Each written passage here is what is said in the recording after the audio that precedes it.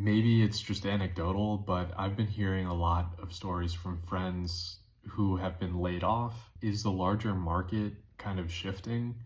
Are we set to go into a larger recession? But I'm slowly kind of mosaic theory, piecing things together from a very boots on the ground approach. But I do have a finance background, more of an econ background, having passed the CFA exams. That included over 6,000 pages of just core study material for those three exams. So maybe a little bit more of a background than most on understanding financial markets. Either way, anecdotally and from larger kind of indicators and economic data, it looks like we could be going into a downturn. And with this possibility, I think it's always just a good reminder to better prepare yourself for a downturn.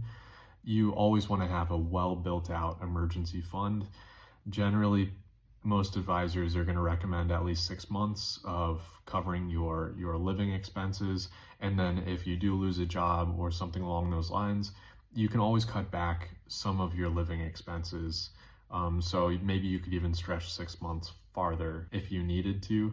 But this is just a reminder, as some areas of the economy have been pulling back. If you are in a position where you're working, you have a good source of income, just remember to set aside a little extra for a rainy day, because you never know what will happen.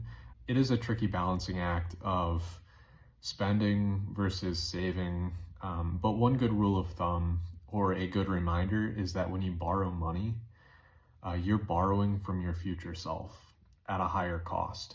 If you save money, it can earn 4% right now risk-free, which is insane.